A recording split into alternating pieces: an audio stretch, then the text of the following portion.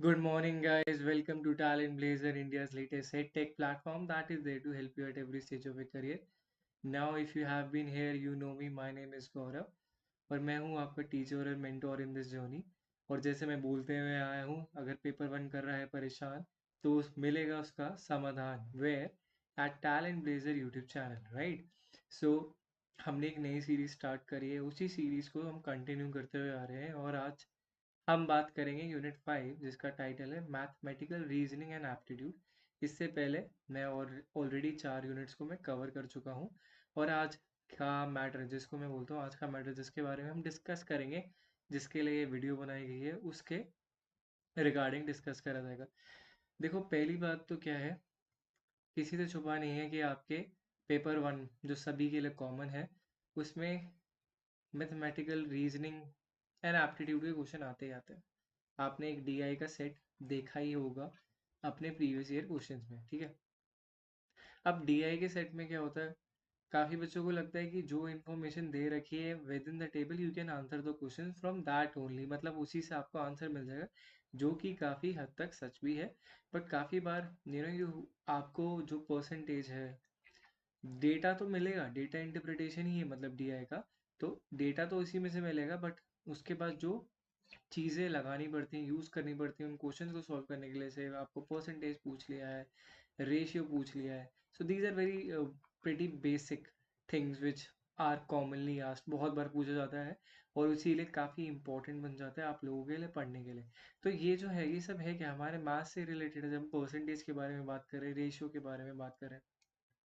और सी इस चीज़ को मैं थोड़ा डिफरेंट अप्रोच करता हूँ from or like various other exams. होता क्या है, देखो, अब जो UGC NET paper UGC NET दे रहा है, पेपर वन बहुत सारे डिफरेंट बैकग्राउंड से होते हैं। कोई हिस्ट्री पढ़ रहा है, राइट, और कोई इंग्लिश बैकग्राउंड से है, जिनका मैथ्स से काफ़ी टाइम से पाला नहीं पड़ा है, मतलब उन्होंने मैथ्स छोड़ दिए थे, लाइक कि अब नहीं पढ़ेगा, मैथ्स से झंझट छूटी, अब शांति मिलेगी, ऐसा लगता है, ऐसा फील होता है कि अब इसको नहीं पढ़ना है। So basically they are out of touch, ठीक है? कहने का ये मतलब है कि उनका पीछा छोड़ने का जो मकसद था वो पूरा नहीं हो पाया। अब उनको लाइफ में कभी ना कभी ये वापस आ ही जाता है। तो आपका इसमें आ गया पेपर वन में। तो जो हिस्ट्री के इंग्लिश के स्टूडेंट्स हैं, अब सबको देना तो है पेपर वन, सभी के लिए कॉमन है, सबको पता है। अब उनके लिए प्रॉब्लम क्या हो जाती है कि they feel like we should totally ignore this section, और हम बाकी के लेट सपोज 43 या 42 जो रेस्ट ऑफ द थिंग्स है उस पर ध्यान दें, उसको कवर करें। अब मेरे हिसाब से what they do is blunder, ठीक है? बहुत बड़ी मिस्टेक करते हैं। क्यों? क्योंकि इसमें स्कोर करना बहुत डिफिकल्ट नहीं है। You just need to know the basics, बस उन बेसिक्स को कवर करो, आप काफ़ी सारे क्वेश्चन सॉल्व कर सकते हो। मैं तो कहता हूँ सबसे ईजिएस्ट थिंग है, अगर एग्जामिनेशन में आपका श्योरिटी पता चलता है कि सही आंसर है, you don't have to check through कि अब बाद में देखोगे आंसर की आएगी। आपको पता है मैथ्स का क्वेश्चन ऐसे सॉल्व होता है, यही सही आंसर होगा, उसका यही फॉर्मूला लगेगा, यही होगा, इसी तरीके से इंटरप्रिटेशन होना है, तो यही सही आंसर होगा और दैट इज़ द की। और उसके बाद आपको लगेगा कि हाँ, हमने जो किया बिल्कुल सही करा है, हमें आंसर की पे जाने की ज़रूरत नहीं है, just for verification you can. But maths का क्वेश्चन ऐसे ही सॉल्व होगा तो यू नो द आंसर, ठीक है? तो अब मैं दो अप्रोचेस के बारे में बात कर रहा था। अब और ये दो डिफरेंट अप्रोचेस पढ़ाने में भी होती है, ठीक है? अब जो स्टूडेंट्स का बैकग्राउंड नहीं है मैथ्स से, काफ़ी टाइम से जिनका पाला छूटा हुआ था, उनके लिए to learn the basics is quite difficult. और कुछ कुछ स्टूडेंट्स होते हैं, जैसे मैथ्स ऑनर्स वाले होंगे, आपके कॉमर्स वाले होंगे और साइंस बैकग्राउंड वाले होंगे, they are pretty well known about maths, उनको आता है मैथ्स के बारे में, और उनके लिए ये सेक्शन काफ़ी स्कोरिंग और ईजियर बन जाता है। And for them it's more of like कि in how much time we can cover all the question, ठीक है? इनके लिए it's all about timing, and इन लोगों के लिए इट्स ऑल अबाउट स्कोरिंग, कि इनको स्कोर करना है, ठीक है? टाइमिंग और स्कोरिंग में डिफरेंस पता चल गया। इनके लिए they usually ignore this section, इनके लिए यहाँ पे टाइम ओरिएंटेड होता है।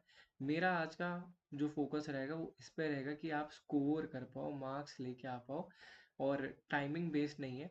सी, मैं एक और फंडामेंटल डिफरेंस बता देता हूँ कि काफ़ी जो स्टूडेंट्स होते हैं ना, व्हाट दे डू इज़ कि ना शॉर्टकट देखने लगते हैं। शॉर्टकट क्या, कि किसी टीचर ने बता दिया कि ये आप कर लो, क्विक मैथ्स है, फटाफट आंसर मिलेगा, फटाफट परसेंटेजेस याद कर लो, यू इजीली स्कोर मार्क्स, फटाफट आंसर आ जाएगा। देखो आपका एग्जामिनेशन का पैटर्न वो है नहीं। आपको टाइम बेस के लिए इतना फोकस नहीं होना है, आपको क्वेश्चन सही करना है। देखो एक तो नेगेटिव मार्किंग नहीं है। जो ट्रिक जो यूज करने को बोलते हैं जल्दी क्वेश्चन को सॉल्व करने के लिए होते हैं, वो बेटर किसके लिए, सीजीएल एग्जामिनेशन के लिए, आपके आईबीपीएस पीओ के लिए, बिकॉज वहाँ पे टाइम का बहुत क्रंच रहता है। और ऊपर से आपको दूसरा पॉइंट होता है कि आपको ज़रूरत पड़ती है उन क्विक मैथ्स की, तभी आप क्वेश्चन सॉल्व कर पाओगे, नहीं तो आप कर ही नहीं पाओगे। इतना टाइम टेकिंग होता है प्रोसेस, काफ़ी लेंदी क्वेश्चन होता है, काफ़ी मॉडरेट लेवल ऑफ डिफिकल्टी के क्वेश्चन होते हैं। So for you guys, it's it's more or less required in that case कि you should know quick maths. But अगर मैं इधर बताऊँ, यहाँ पे आपको इतनी कोई ट्रिक्स की ज़रूरत नहीं है, आप पहले बेसिक समझो, बेसिक के बाद ट्रिक्स पे ध्यान देना। और भाई अगर आपको ट्रिक्स पे फोकस करना है तो definitely there is video on Talent Blazer YouTube channel, जिसपे मैंने बहुत सारे सेट्स कवर कर रखे हैं डीआई के, और वहाँ पे आपको ट्रिक्स भी बता रखी है कि how to quickly solve these questions.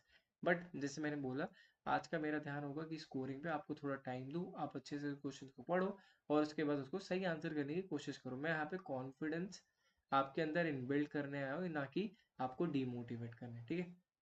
तो और दूसरा पैटर्न जो हमारा रहेगा वो यही रहेगा कि आज हम करेंगे प्रैक्टिस 20 प्रीवियस ईयर क्वेश्चन को डिवाइड कैसे कर रखा है, हमने लिए 4 डी आई सेट्स में, उसमें हर एक डी आई सेट में होंगे 5 क्वेश्चंस, और उनको सॉल्व करेंगे, प्रैक्टिस करेंगे। देखो प्रैक्टिस से ही आप बहुत you will get better at it, मतलब कॉन्फिडेंस तभी आएगा।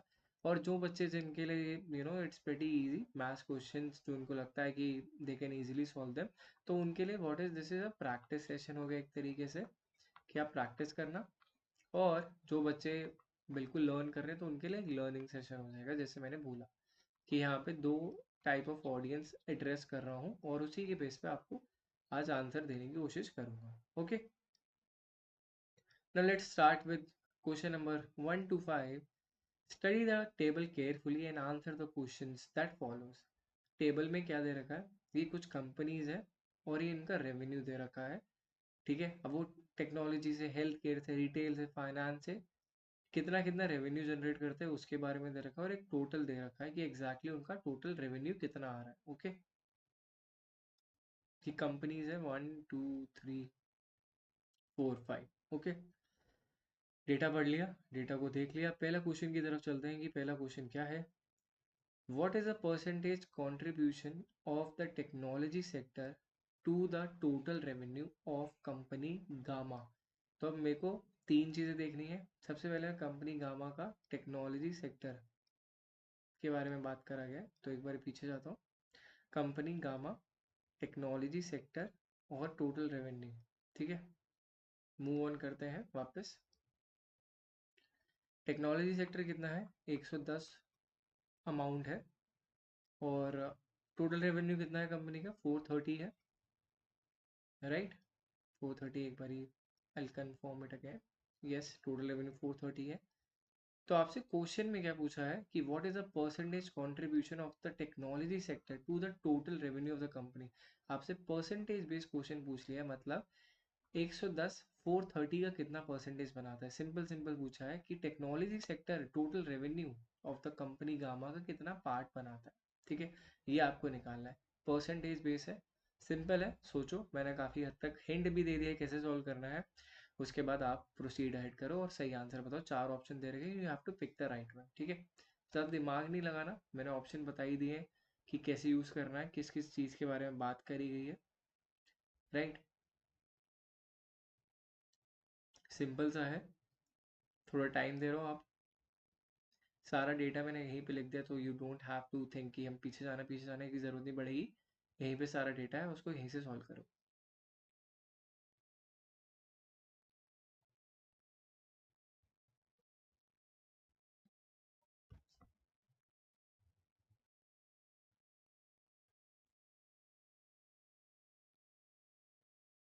देखो सिंपल सी बात है, आपसे थोड़ा सर्कल बता देता हूँ,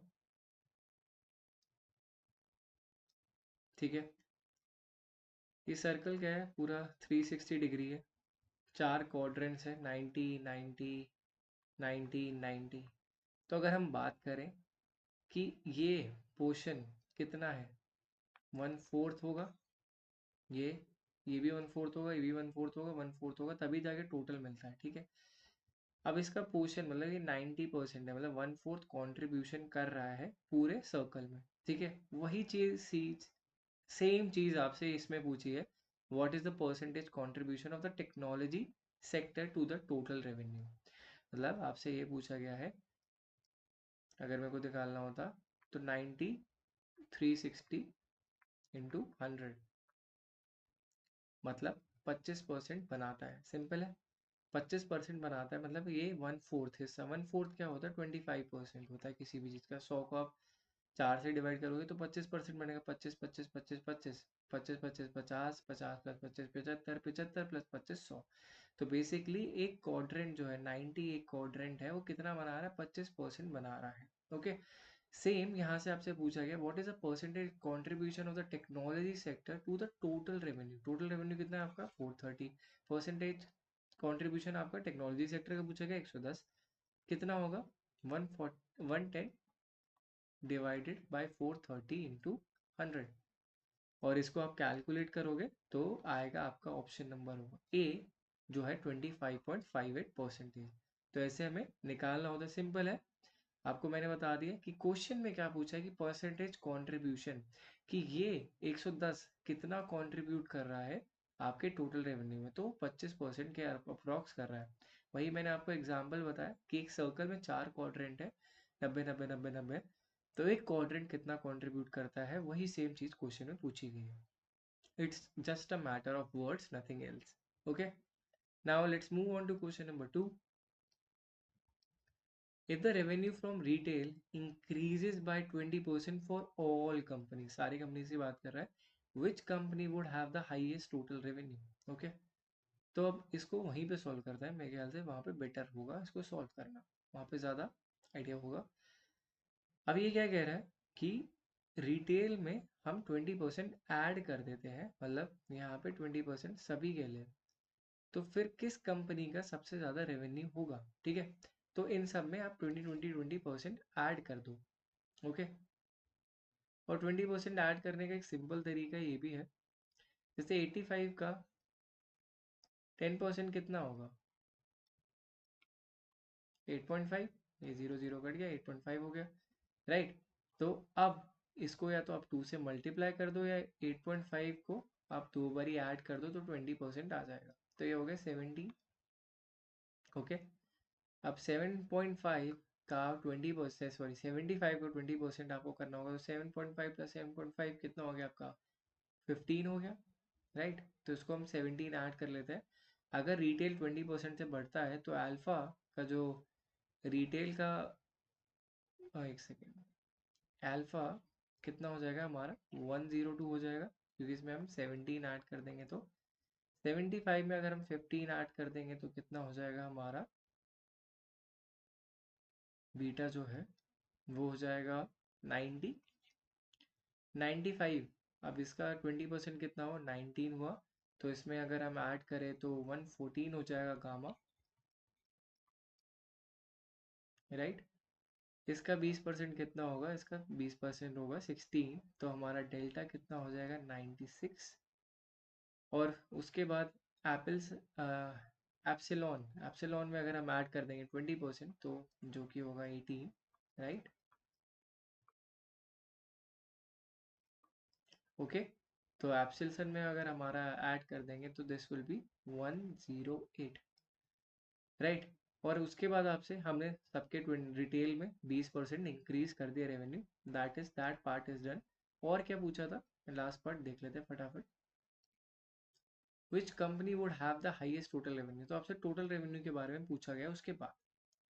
अब उसके बाद यहाँ पे अगर मैं टोटल रेवेन्यू में 17 ऐड कर दूँ तो कुछ ज़्यादा फर्क नहीं आएगा, इसमें 15 ऐड कर दूंगा तो भी ज़्यादा फर्क नहीं आएगा, इसमें 19 ऐड कर दूँ तो भी 449 होगा, इसमें अगर मैं 16 ऐड कर दूँ तो 421 होगा, हमारा जो एप्सिलॉन है वो वैसे भी इन सबसे ज़्यादा होता था अगर इनका रिटेल का रेवेन्यू बढ़ भी जाता तो ये कितना हो जाएगा, ये हमारा 455 प्लस 18, तो हमारा हो गया 473, और हमारा सही आंसर इसका एप्सिलॉन हो जाएगा, जो कि हाईएस्ट रेवेन्यू बनाएगा उसके बावजूद। वो वैसे भी बना रहा था और उसके बाद भी बनाएगा, राइट। तो आई होप क्वेश्चन समझ में आ गया होगा कि रेवेन्यू फ्रॉम रिटेल अगर 20% से बढ़ता है सभी कंपनीज के लिए, तो which company would have the highest revenue.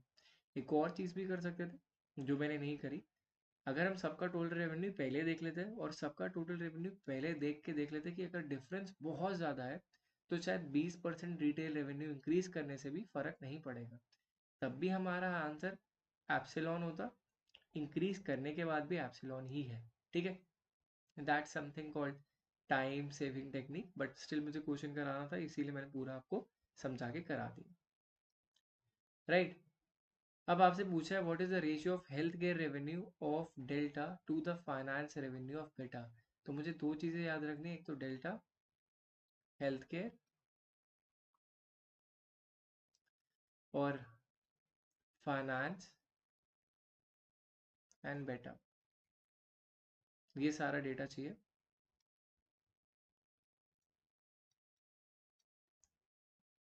Health care बेटा 90, finance sorry 90 85 10 15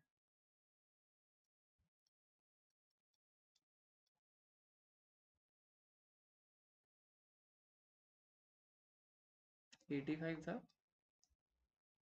and this was 115। एक और बार मैं कंफर्म कर लेता हूँ, 85 एंड डेल्टा था इसमें 85 एंड फाइनेंस का बेटा था 110, सॉरी, राइट, फाइनेंस का बेटा था। तो आपसे रेशियो पूछी गई है,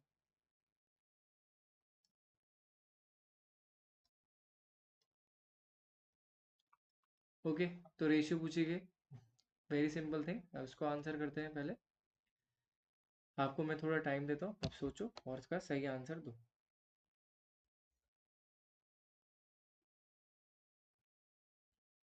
रेशियो निकालने के लिए ना आप जो चीज़ पहले लिखी है उसको हम ऊपर लेंगे, health care revenue of Delta, और उसके बाद to the finance revenue of Beta, तो ये जो भी है उसको नीचे लिखेंगे। उसके बाद आप सिंपल मैथ्स लगा लो, ये 17 पे जाता है, 517 पे, और ये 5 के टेबल पे आता है 22 पे, बिकॉज सिंपल है, 5 20 100 21 105, 5 22 टाइम्स इज 110, राइट। तो इसीलिए इसका सही आंसर होगा ऑप्शन ए, राइट। तो सिंपल क्वेश्चन था, डिफिकल्टी नहीं, जो पहले रेशियो में आगे लिखा होता है उसको ऊपर लिखेंगे न्यूमरेटर में, और जो बाद में लिखते हैं उसको डिनोमिनेटर में लिखेंगे, ठीक है, simple, right. Let's move on to question number fourth. For which company does the retail sector contribute the maximum percentage to its total revenue? फिर से रिटेल सेक्टर के बारे में बोला गया है और इसमें ये पूछा गया है कि किस कंपनी के लिए रिटेल सेक्टर सबसे ज़्यादा कंट्रीब्यूट करता है maximum percentage to its total revenue. Okay, फिर से हम टेबल की तरफ चलते हैं, क्वेश्चन समझ में आ गया है, राइट। अब इन सब की ज़रूरत नहीं, आपसे ये पूछ रहा है कि किस कंपनी के लिए रिटेल सेक्टर सबसे ज़्यादा कंट्रीब्यूट करता है as percentage to its total revenue. अब हर किसी के लिए देखना पड़ेगा, देखो रिटेल इसमें 75 है और इसका टोटल 410 बन रहा है, इसका 85 है, इसका 405 बन रहा है, तो ये तो मैक्सिमम हो ही नहीं सकता, तो बेटा तो बाहर हो जाएगा। सिंपल मैथ्स है, जब जहाँ पे मेरा रिटेल 75 है और टोटल 410 है, उससे बेटर रिटेल यहाँ पे कम कंट्रीब्यूट कर रहा होगा, क्योंकि यहाँ पे अगर मैं देखूँ तो टेक्नोलॉजी ज़्यादा कंट्रीब्यूट कर रहा है, बट अगर मैं यहाँ पे देखूँ रिटेल अल्फा और बीटा में अगर मैं कंपैरिजन देखता तो बेटा से ज़्यादा अल्फा में कम रिटेल बहुत ज़्यादा कंट्रीब्यूट कर रहा है। फिर मैं यहाँ पे देखूँ गामा में 95 रिटेल कर रहा है बट इसका टोटल भी 430 है, तो डेफिनेटली कुछ भी हो सकता है, राइट। अब डेल्टा में देखता हूँ, डेल्टा में दिस इज 80 और ये 405 है, तो ये भी इतना कंट्रीब्यूट नहीं कर रहा, बिकॉज 405 और 85 ये है, तो ये उससे ज़्यादा ही कंट्रीब्यूट करेगा।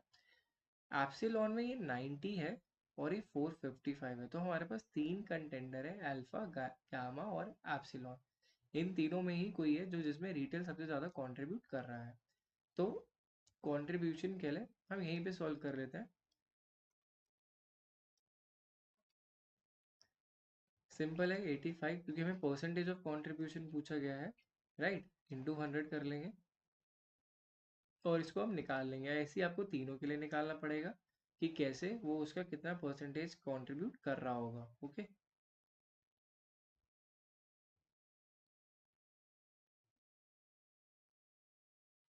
राइट। तो इसमें अगर मैं देखूं, अल्फा में वो करता है 21%, गामा में देखना वो कितना परसेंटेज करता है। मेरे ख्याल से गामा ही इसका सही आंसर होगा गिवन जो टर्म्स आ रखी हैं। गामा में this is coming around to be 22 point some percentage.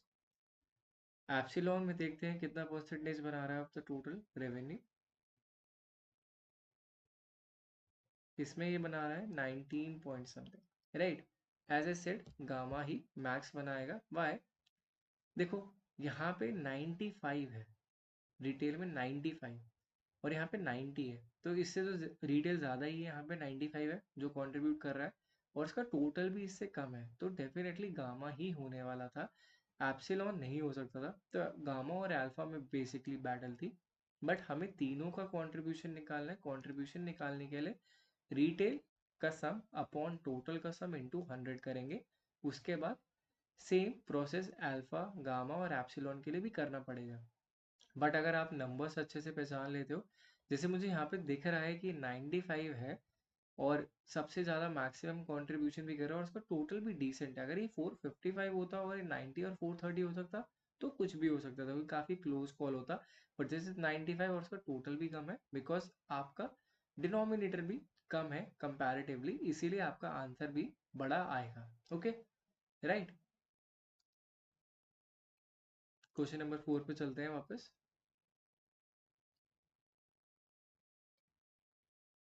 तो गामा हमारा सही आंसर हो जाएगा, as we all thought of. ठीक है, और हमने इसको निकाल भी लिया, तो इसमें कोई सेकंड ओपिनियन आ ही नहीं सकते। अब लास्ट क्वेश्चन चलते हैं। If epsilon health care revenue decreases by 10% and finance revenue increases by 15%, उसके बाद उनका न्यू टोटल रेवेन्यू क्या होगा? ओके, आपसे ये पूछा गया कि एप्सिलॉन का हेल्थ केयर रेवेन्यू, जो हेल्थ केयर रेवेन्यू होगा, अभी हमें फिगर्स याद नहीं है, हेल्थ केयर रेवेन्यू कितना है, 10% से डिक्रीज कर जाए।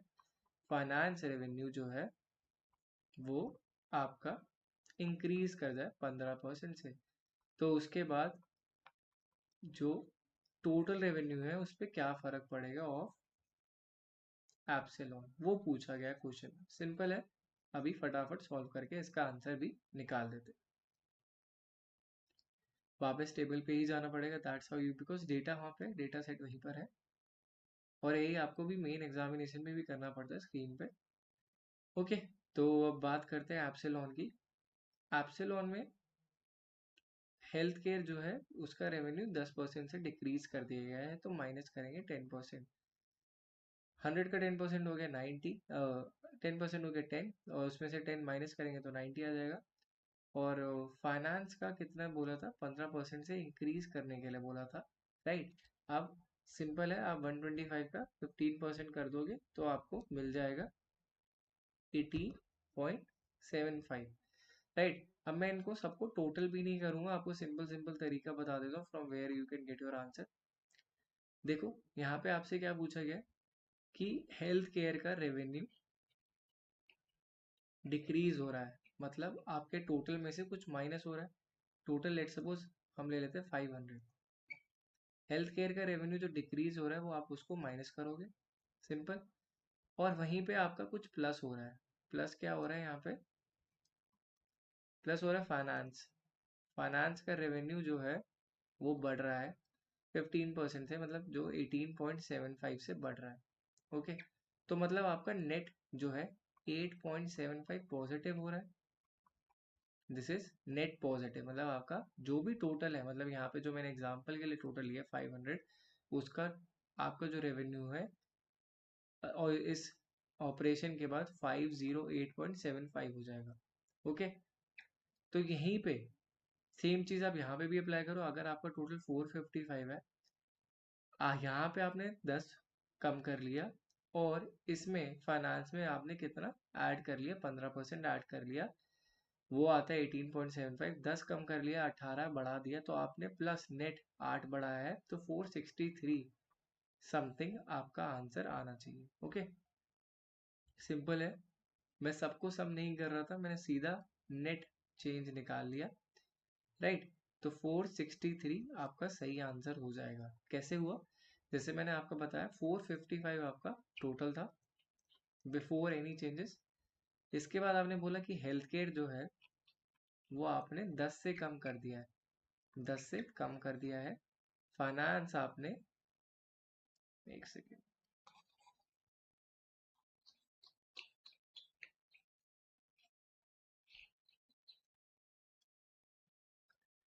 फाइनेंस आपने कितने से बढ़ा दिया है? 18 से बढ़ा दिया है, ठीक है। तो नेट नेट आपका कितना टोटल बन रहा है? 8 आपका फाइनल टोटल ऐड ऑन हो रहा है। तो मतलब इस टोटल में आप ऐड ऑन करोगे तो 463 करोड़ आपका सही आंसर बनेगा। तो ये हमारा पहला डेटा सेट खत्म हो गया है। Okay, right. Now let's move on to question number 6 to 10। एक और टेबल है, इसमें आपसे पूछा गया है, प्रोडक्शन दे रखा है in thousands of unit of 5 factory, 4 products हैं, X Y Z W V. इन सब का टोटल जो है 500 ही आ रहा है। मतलब ये जो प्रोडक्ट बनाते हैं वो अल्टीमेटली 500 ही बन रहे हैं। बहुत रेयर केस में होता है जब आपका टोटल सेम हो, जैसे हमने पहला डीआई सेट करा था, यूजुअली वैसा होता है जहाँ पे आपके टोटल डिफरेंट होते हैं और तब उसके बेसिस पे आपको क्वेश्चन सॉल्व करने पड़ते हैं। ओके, अब बात करते हैं starting with question number 6। What percentage of total production of factory Y comes from product C? अब टोटल प्रोडक्शन ऑफ वाई देख लेते हैं। टोटल हो गया वाई, प्रोडक्ट सी से कितना आता है वो आपसे पूछा गया है as a percentage. Total production कितना है फैक्ट्री वाई? 500 है, सभी का 500 है। Comes from product C, product C जो कंट्रीब्यूट करता है to product C to Y कितना करता है? 110। अब यही आपको बताना है कितना आंसर आएगा इसका। परसेंटेज का क्वेश्चन है वंस अगेन, एंड इस बार मैं आपको टाइम दे रहा हूँ तो सोचो और इसको सॉल्व करो, क्योंकि बस हमने लास्ट डेटा सेट मैंने पूरा ही सॉल्व करा दिया। तो इसमें मैं आप चाहता हूँ आप थोड़ा पार्टिसिपेट करो और उसको अपनी एंड पे सॉल्व करो।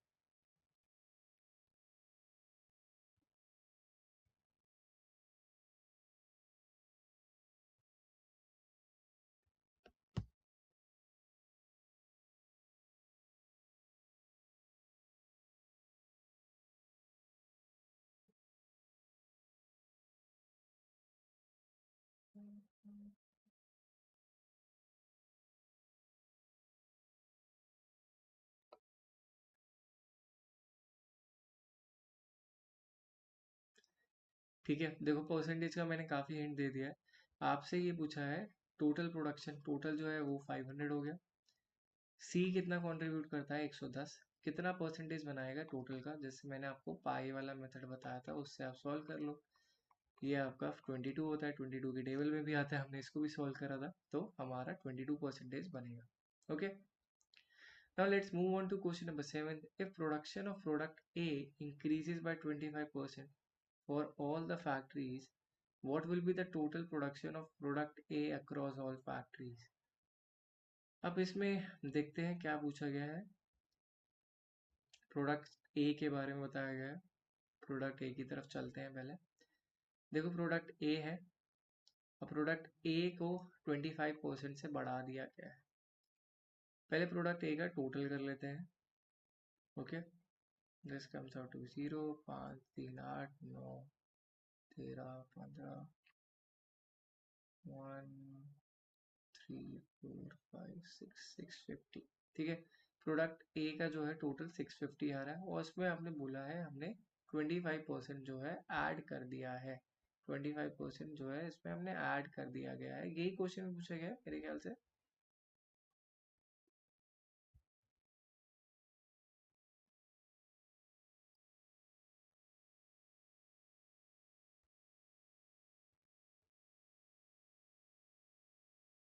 The production of product A increases by 25% for all factories. What will be the total production of product A across all factory? Okay. देखो 5 फैक्ट्री है, प्रोडक्ट ए इतना है, राइट। और प्रोडक्ट ए का हम 25% से इंक्रीज कर देते हैं कि इसका प्रोडक्शन 25% से बढ़ा देते हैं सभी के लिए। इसका 25%, इसका 25%, इसका 25%, इसका 25%, इसका 25%, राइट। उसके बाद हमें देखना है कि अल्टीमेटली कितना आंसर आता है, ठीक है। तो अब इसका 1/4 1/4 1/4 करते जाते हैं। 25% इज बेसिकली 1/4। 25% कितना होता है? 1/4 होता है। तो 1/4 ऑफ 120 इज 30, राइट। तो इसका हमारा 120 प्लस 30 हो जाएगा, दैट इज 150। फिर 140 का हम 1/4 कर देंगे, दैट इज 35। फिर 110 का हम 4 से इसको डिवाइड करें तो कितना आएगा? 22 तो नहीं, 25, ये पॉइंट्स में आएगा तो पॉइंट्स में ऐड कर लें, कोई बात नहीं। 110 27.5 आ जाएगा। फिर हम बात करते हैं 150। 150 जो है उसको, ये भी पॉइंट्स में ही आएगा, 37.5। फिर 130, ये भी पॉइंट्स में ही आएगा, 32.5, राइट। तो इससे ये हमें टोटल करना है और फिर देखना है कि कितना डिफरेंस आता है। पहले ये इसको हमने ऐड कर लिया था, ये 6 7 10 15 1 2 3 4 5 6, 650 में हमें ऐड करना है 30 plus 35 and 27.5 plus 37.5 plus 32.5, okay, right. तो अभी 680 हो गया, 715 हो गया, और उसके बाद 37 और 32.5 कितना हो गया हमारा? 69 और 70, 70 and this is what? 97.5, okay. तो फटाफट इसको हम ऐड कर लेते हैं।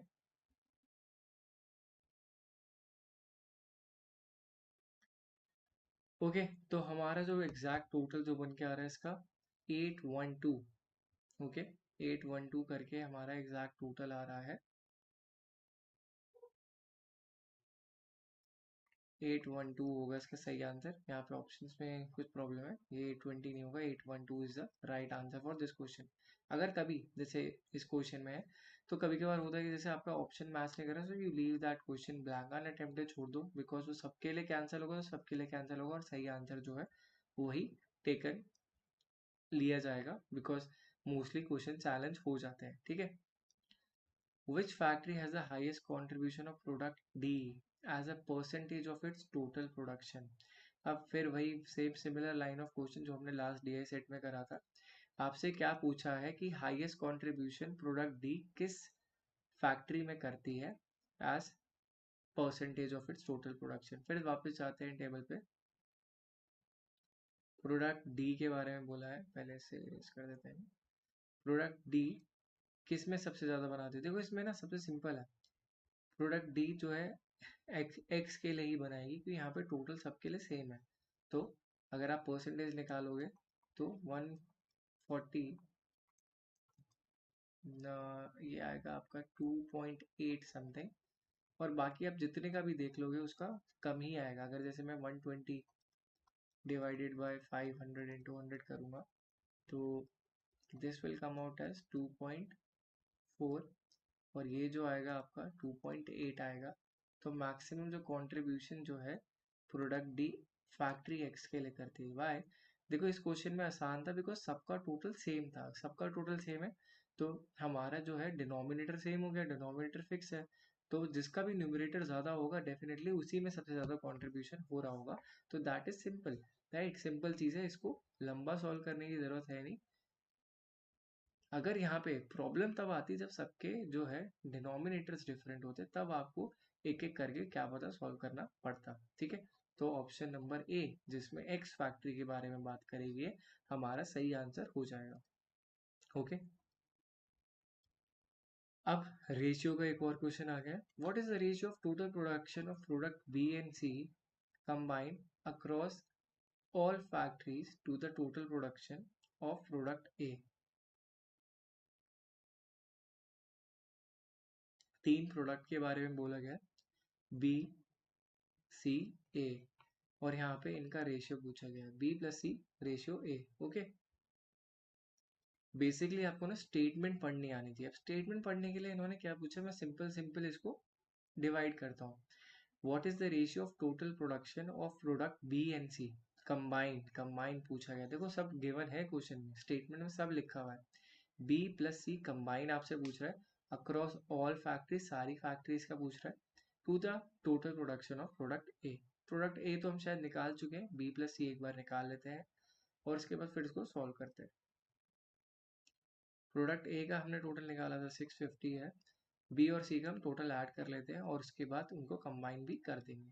ठीक है, ये हो गया 200, ये हो गया हमारा 330, हो गया 450, 450 हो गया 590, राइट? 280 और 420, 420, 560, 560 एंड दिस इज 670। अब ओके, तो आपको रेशियो पूछा गया है 60 759, उन दोनों को हम ऐड कर लेते हैं फटाफट, 125 to 65।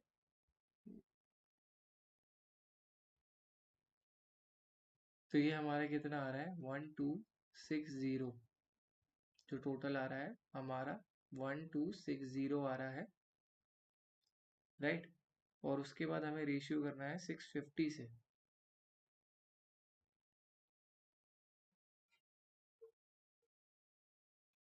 ओके,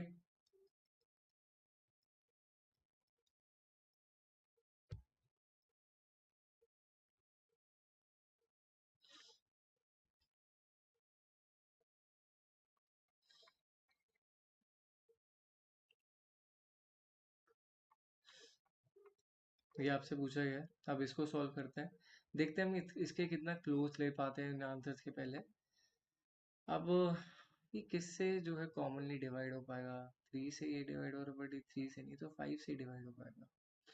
या तो एडिशन में कुछ प्रॉब्लम है या फिर आंसर के में कुछ प्रॉब्लम है, क्योंकि ये इसमें जो लास्ट एंडिंग डिजिट है वो 5 से डिवाइड, जो let me take it some other way then, 2 and 26, 252, 130 से ये हो जाएगा 126, ये वापस वही आ जाएगा। तो उसके बाद यहाँ पे डिवाइड करना इनको मुश्किल हो रहा है। आई थिंक एक बार हमें फिर से सम्स को फिर से ऐड कर लेता हूँ, स्लो ऐड करता हूँ इस बारी, एंड देखता हूँ टोटल कितना आ रहा है। प्रोडक्ट बी एंड सी का बोला गया है, राइट? तो एक बार मैं नॉर्मली सबको ऐड कर लेता हूँ, इनको इसको, इसको इससे, और इसको इससे, और इससे उसके। मेरे ख्याल से तो सही करा था, हो सकता है कि बाय मिस्टेक हो जाती है कभी कभी। 670 ही आ रहा है इसका। Let me check product C.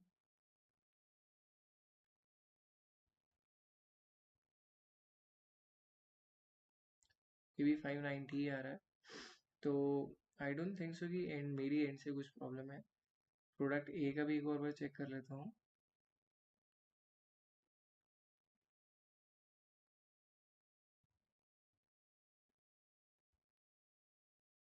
All of these are coming accurately, और इन दोनों को ऐड भी करना है जैसे उसमें बोला है।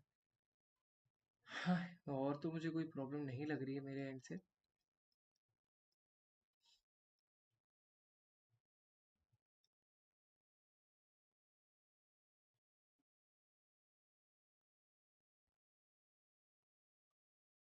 और इसमें बोला भी है what is the ratio of total production of product A and B. तो 126/65 ही इसका सही आंसर होना चाहिए। ये ऑप्शंस गलत है, यहाँ पे ऑप्शंस कोई मैच ही नहीं कर रहे। और मुझे नहीं लगता है किसी और से डिविजिबल है। This is divisible from 5 only and this won't be divisible further. ठीक है, तो इसका सही आंसर यहाँ पे भी गलत है, आंसर की में गलत है। और हमने जो सॉल्व करा दैट इज परफेक्टली फाइन। ठीक है, now let's move on to question number 10।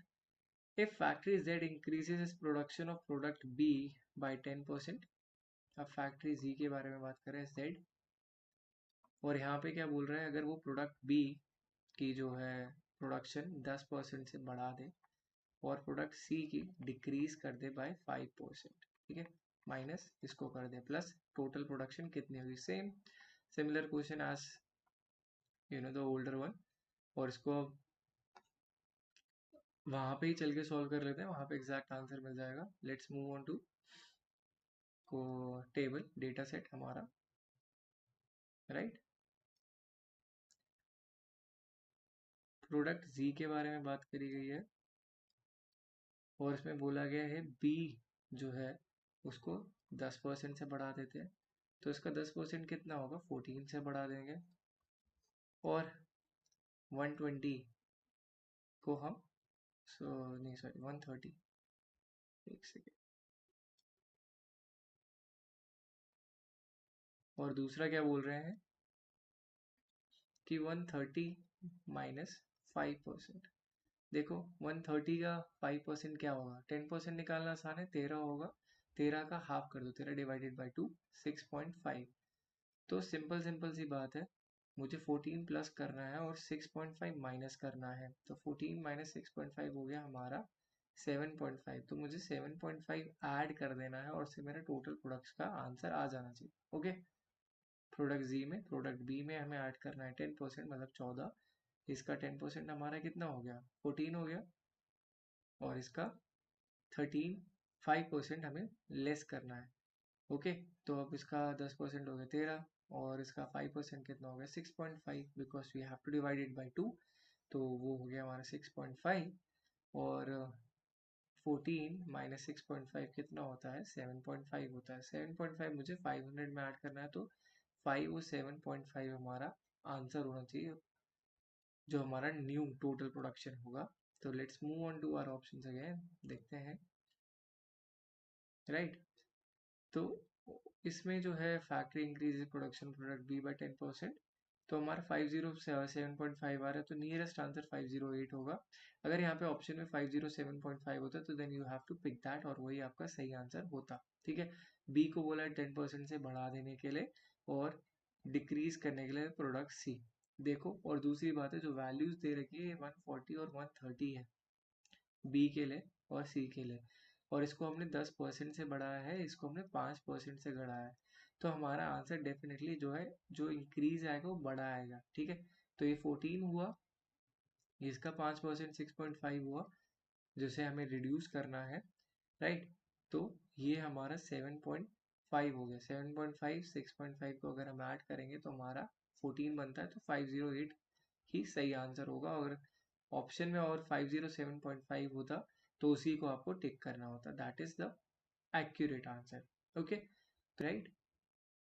And इसी तरीके से अगर आपको प्रैक्टिस करनी है मैथमेटिकल रीजनिंग एंड एप्टीट्यूड को और एनहांस करना है, अपनी प्रिपरेशन को और अच्छे से बढ़ाना है और इम्प्रूव करना है, सही डायरेक्शन में लेके जाना है, तो what you have to do is basically download and claim your free ebook for UGC NET Mathematical Reasoning and Aptitude by dropping a message on this number 9873 907600। WhatsApp करना है, आपको फ्री ई बुक मिलेगी जिसमें बहुत सारे DI cases, बहुत सारी reasoning कैसे सॉल्व करना है, सब फ्रॉम बेसिक गिवन है।